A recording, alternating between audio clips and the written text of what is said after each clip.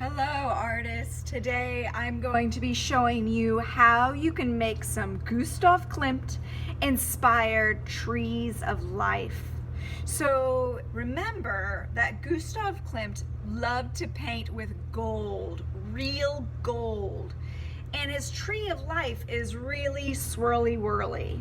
So today, and just for a certain amount of days, I'm going to have metallic Sharpies available.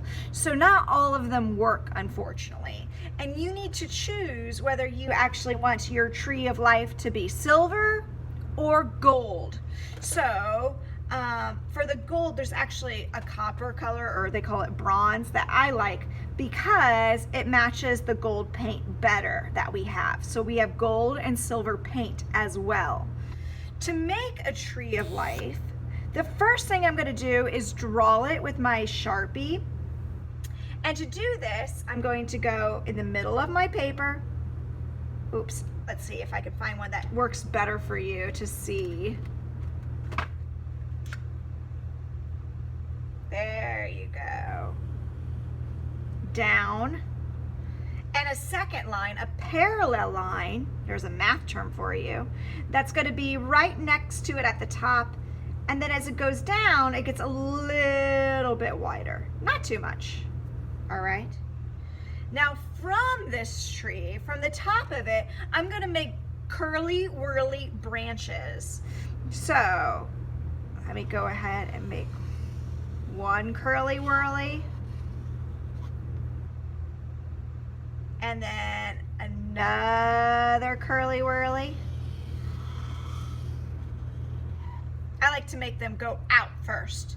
And then I'm going to build more curly whirlies off of these curly whirlies.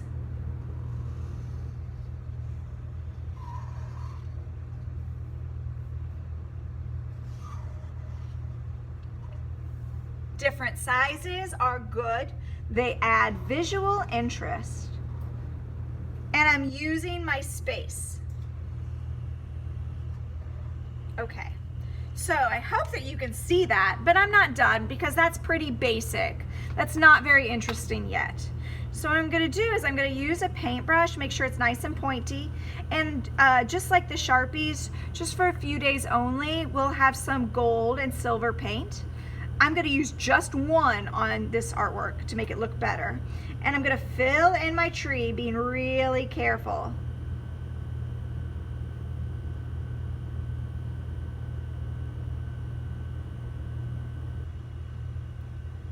And now I'm going to go up a little bit on the main branches to try to blend it in with the Sharpie. Do you see how I kind of pulled it up to blend it in?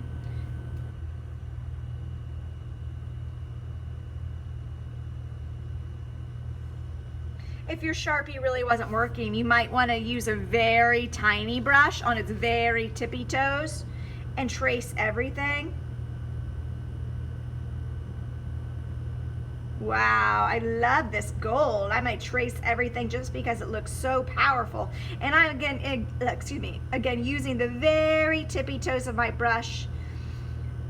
If I were you, I'm very good at the tippy toes trick, so I would probably pick the smallest brush you can find.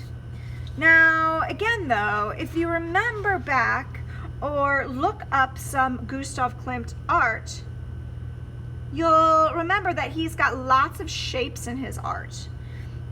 So once I do this, I'm actually going to use the other side of my paintbrush to add some dots that go right along the branches.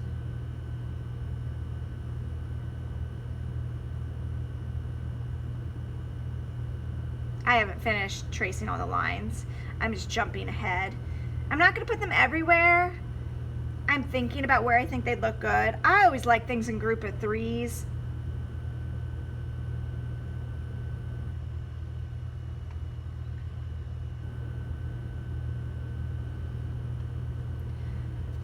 I might even see if I can add some kind of fun background.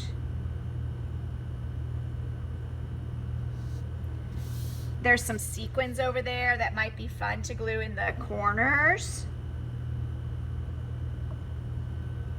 to make it even more interesting, but it's just a black and gold or black and silver artwork that I think would make Gustav Klimt very happy.